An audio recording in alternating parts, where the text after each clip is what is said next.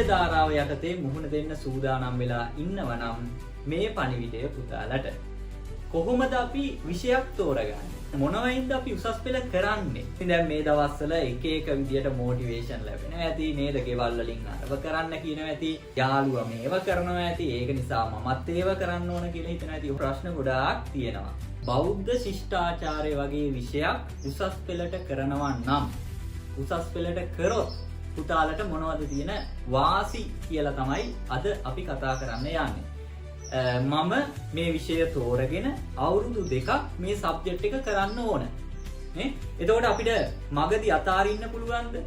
මගදී අතහැරලා වෙන සබ්ජෙක්ට් වලට යන්න බෑ.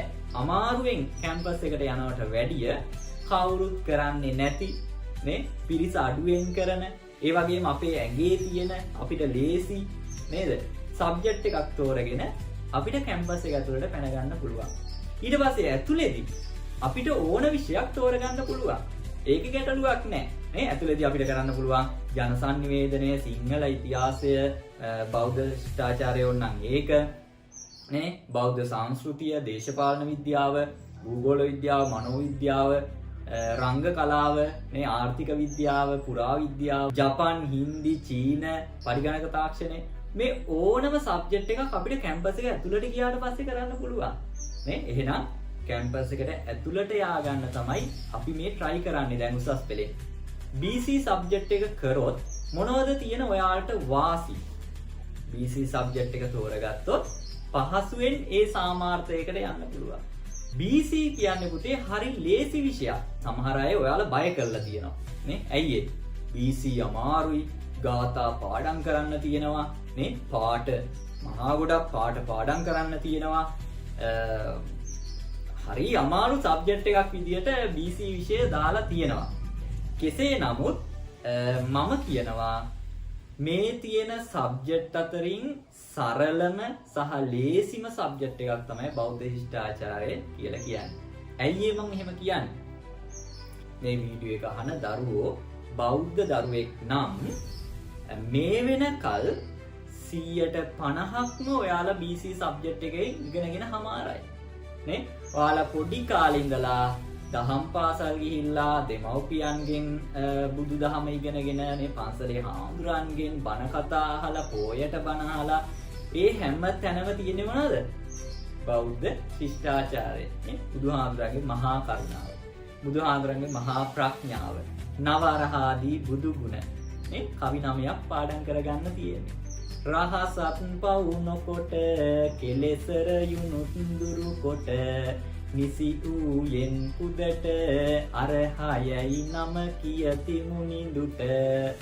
අමාරුද? අමාරු නෑ, හරි ලේසි. සමහර අය අමාරුයි කියලා දාලා තියෙනවා. මොකද BC වල පුතේ පළවෙනිම පාඩම පටන් ගන්නෙ බමුණන්ගේ. හරිද? ඒ බමුණෝ සමාජයට කියපු ඉගැන්වීම් තියෙන්නේ යාළගේ සංස්කෘත ශ්ලෝකවල. එතකොට ඔන්නේ ශ්ලෝක කිහිපයක් තියෙනවා අපිට පාඩම් කරගන්න. ඔන්න ඔය පාඩම නිසා තමයි ළමයි ගොඩාක් කියන්නේ BC අමාරුයි කියලා. අපිට අවුරුදු 2ක් තියෙනවා ඔය ගාථා කිහිපයක් පාඩම් කරගන්න, ශ්ලෝක කිහිපයක් පාඩම් කරගන්න. නේ? ඒක නිසා තියෙන සබ්ජෙක්ට් අතරින් සරලම සහ ලේසිම විශ්වවිද්‍යාලයට යන්න අංක 1 සබ්ජෙක්ට් එකක් තමයි බෞද්ධ ශිෂ්ටාචාරය කියන්නේ. ඉතින් ඔයාලා සිලබස් එක පොඩ්ඩක් අරගෙන බලන්නකෝ BC වල තියෙන නේද? නැත්නම් මට WhatsApp මැසේජ් එකක් දාන්න, මම එවන්නම් පුතාලට. හරි ලේසි සරල සිලබස් එකක් තියෙන්නේ. BC සබ්ජෙක්ට් එක කරනවා නම් ඔයාලට මූලික දැනුමක් අවශ්‍ය නැහැ. මේ මූලික දැනුම ඔයාලගේ ළඟ තියෙනවා. ඉතින් බුදුහාමුදුරුවෝ ගැන ඔයාලා දන්නවා. ඒ නිසා ඕනම කෙනෙක්ට මූලික දැනුමක් අවශ්‍ය නැහැ. ඒ වගේම තමයි පුතේ කැම්පස් වගේම ගොඩාක් ළමයි බලාපොරොත්තු වෙන තැනක් තමයි විද්‍යාපීඨ. නේ? කැම්පස් වලටත් වැඩිය ළමයි යන්න ආසයි විද්‍යාපීඨ වලට. ඇයි ඒ? මනට විද්‍යාපීඨයට ගිහිල්ලා අවුරුදු 4 ඉවරුනාම ජාතික පාසලකට ජොබ් එක හදාගන්න පුළුවන්. පත් වීම හැමෝම හම්බ වෙනවා. ඉතින් විද්‍යාපීඨ වලට යන්නත් ප්‍රධාන වශයෙන් වැදගත් වෙන සබ්ජෙක්ට් එකක් තමයි මේ BC සබ්ජෙක්ට් එක කියලා කියන්නේ.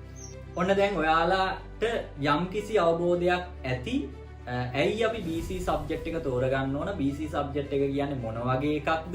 මේ ඒක අමාරුද ලේසිද කියලා පොඩි අවබෝධයක් ඔයාලට දැන් තියෙනවා ඇති. ඉතින් මේ ඔයාලට පුළුවන් තවත් මේක අප්ඩේට් කරගන්න. මගේ YouTube channel එක තියෙනවා ලන්තෑරුම කියලා නේ.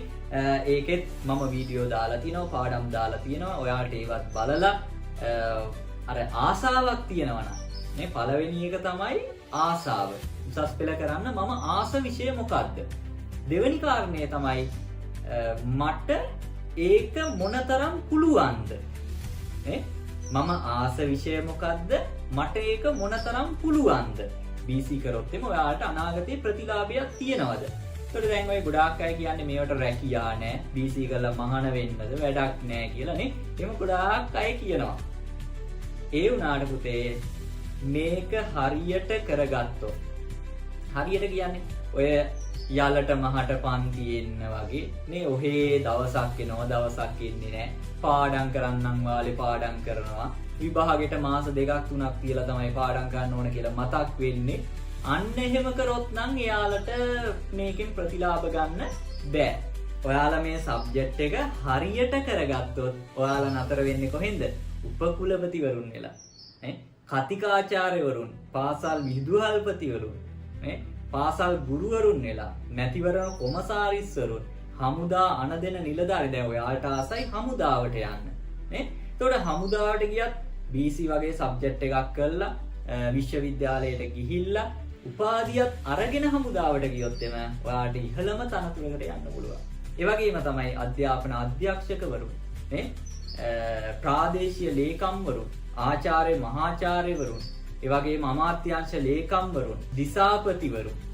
මෙන්න මේ වගේ රැකියා රාශියක් තියෙන සබ්ජෙක්ට් එකක් තමයි හරියටම අල්ලගත්තොත් BC කියලා කියන්නේ. ඒ නිසා ඔය කරුණු ටිකත් එක්ක පුතාලා තව හොඳට හිතලා බලන්න. ඔය ඔක්කොමත් එක්ක අපිට උසස් පෙළේදී ඕන හරි මඟ පෙන්වන්නේ. හරි මඟ පෙන්වන්නේ කොහොමද? දැන් බුදුහාඳුරන්ට සත්තා කියලා කියන්නේ ඇයි? දෙවි මිනිසුන්ට නායකයෙක් වෙච්ච නිසා. බව කතරින් නෙතෙර ලනුයෙන් සතන් හැමවර තිලෝ ගුරු මුනිවර වීය සත්තා නමින් පුවතර. තිලෝ ගුරු තුන් ලෝකයට ගුරුවරයෙක් වෙච්ච නිසා බුදුහාමරට කියනවා ශාස්ත්‍රෝ කියලා. මේ හොඳ මඟ පෙන්වන්නේ. උන්වහන්සේගේ අනුගාමිකයන්ට නිවැරදි මඟ පෙන්වීමක් කරා. නිවන කරා යන්න. ඉතින් මේ උසස් පෙළ විෂයේදී පුතාලට ඕන හොඳ මඟ පෙන්වීමක් නේ. පුතාලා මේ දවස්වල ඇතිතරම් කාලය තියෙනවා සාමාන්‍ය පෙළ රිසාට් එනකන් හොඳට හොයන්න, පන්ති වලට යන්න. ඒ පන්ති වල සතියක් දෙකක් උනත් ෆ්‍රී ගිහිල්ලා නේ සම්බන්ධ වෙන්න පුළුවන් නේ. හොයලා බලන්න. එතන හොඳද මෙතන හොඳද නේ. ඒ වගේම රිසාට් ආවට පස්සේ තන තන මාරු වෙන්න යන්න එපා. හරි නායකයෙක් යටතේ, හරි ගුරුවරයෙක් යටතේ මේ අවුරුදු දෙක සිලබස් එක හොඳට ඉගෙන ගන්න මහන්සි වෙන්න. මේ ලෝකේ නුසුදුසුයි කියලා කිසිම තැනැත්තෙක් නැත. පුතාලා හැමෝටම ඉගෙන ගන්න පුළුවන්. පුතාලා හැමෝටම දක්ෂතාවය තියෙනවා. මේ ලෝකේ කවුරුවත් ඉපදිලා නැහැ මෝඩයෝ, වැඩක් නැති මිනිස්සු. මේ ලෝකේ එහෙම කවුරුවත් ඉපදිලා නැහැ. හැමෝටම පුළුවන්. හැබැයි යෝජකස්තත්‍ර දුර්ලභ නේ. ඒ පිරිස නිවැරදි මාවතක ගෙනියන නායකයන් මේ ලෝකේ හරි දුර්ලභයි. ඒක නිසා හරි නායකයෙක් අපිට ලැබුණොත්, හරි මඟ පෙන්වන්නෙක් අපිට ලැබුණොත්, එයා යටතේ අපිට පුළුවන් මේ සබ්ජෙක්ට් එක ගොඩ දාගන්න. ඒක නිසා මම පුතාලට ආරාධනා කරනවා, මම ධනුෂ්ක පීකල්ලැනගේ ගුරුතුමා, බෞද්ධ ශිෂ්ටාචාරය පිළිබඳව දේශක, ඒ වගේම විශේෂ වේදී උපාධිධාරී, ඒ සාමාර්ථයකට යන්න පුළුවන්. ඒ වගේම විශ්වවිද්‍යාලයකට යන්න පුළුවන්.